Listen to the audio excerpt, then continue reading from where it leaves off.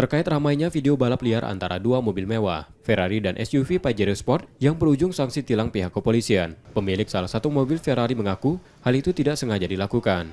Awalnya pemilik mobil Ferrari akan pulang dan melewati Jalan Soekarno-Hatta. Tidak sengaja bertemu temannya yang mengendarai mobil Pajero Sport, lalu sepakat untuk adu kecepatan. Kronologinya malam itu sekitar jam 7 subuh. Memang aku arah nak balik ke rumah, ketemu kawan yang namanya Anas. Dia ngajak ngetes mobilnya kan.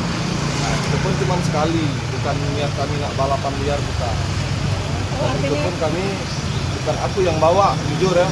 Kalau untuk namanya balapan atau balap mobil, balap motor itu aku selalu pakai joki.